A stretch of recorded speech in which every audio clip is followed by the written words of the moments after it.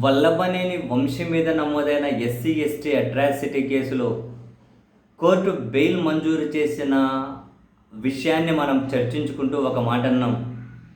దీంట్లో బెయిల్ వచ్చింది.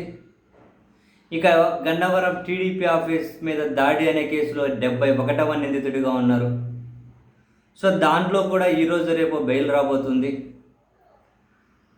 అండ్ ఇక్కడితో వల్లభనేని వంశీని జైల్లో పెట్టాలి అనుకున్న వాళ్ళ ఆత్మ సంతృప్తి చెందిందా, లేదంటే మరికొన్ని కేసులు పెట్టేవైనా లోపలే ఉంచుతారా, ఇప్పటికిప్పుడు బయట వదిలే పరిస్థితి ఉంటుందా, ఏమో చూడాలి అని చెప్పి మాట్లాడుకున్నాం, గుర్తుందా?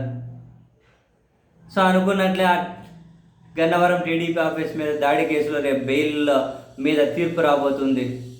బహుశా అది వల్లభనేని వంశీకి ఏమైనా కనుక ఫేవర్ వస్తుంది అని ప్రభుత్వ పెద్దలు ఏమైనా భావించారేమో తెలియదు. ఈరోజు ఉన్నటువంటి మరో కేసులో వల్లభనేని వంశీ మీద పీటీ వారెంట్ దాఖలు చేశారు. బాగులపాడు నకిలీ పట్టాల వ్యవహారం అనే కేసు వల్లభనేని వంశీ మీద పెట్టారు. ఆ కేసులో పోలీసులు హనుమాన్ జంక్షన్ పోలీసులు కోర్టులో పీటీ వారెంట్ దాఖలు చేశారు. కోర్టు కనుక ఆ పీటీ వారెంట్ను అలో చేస్తే వల్లభనేని వంశీ ఇప్పుడు ఇంకో కేసులో బెయిల్ వచ్చినా కూడా బయటకు వచ్చే పరిస్థితి అయితే లేదు. ఇప్పటి వరకు 5 కేసులు, ఒక కేసులో ముందస్తు బెయిల్ వచ్చి 2 కేసులు ముందస్తు బెయిల్ వచ్చింది. అంటే అన్ని కేసు ఇప్పుడు regular bail, SC ST atrocity case వచ్చింది, మిగిలిన వాటిలో ముందస్తు బెయిల్ వచ్చింది. ఇంక గన్నవరం టీడీపీ ఆఫీస్ కేసులో దాని మీద రేపు ఎల్లుండి తీర్పు రాబోతుంది. అన్నీ క్లియర్ అయి బయటకు వచ్చేస్తారా అనుకున్నప్పుడు ఈసారి మళ్ళీ హనుమాన్ జంక్షన్ పోలీసులు బాగులపాడు నకిలీ పట్టాల కేసు అని చెప్పి దాంట్లో పీటీ వారెంట్ దాఖలు చేశారు.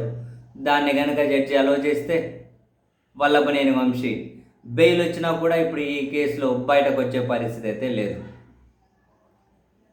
యాక్చువల్గా తాను తీవ్ర అనారోగ్యంతో బాధపడుతూ ఉన్నారు, చాలా ఇబ్బంది పడుతూ ఉన్నారు.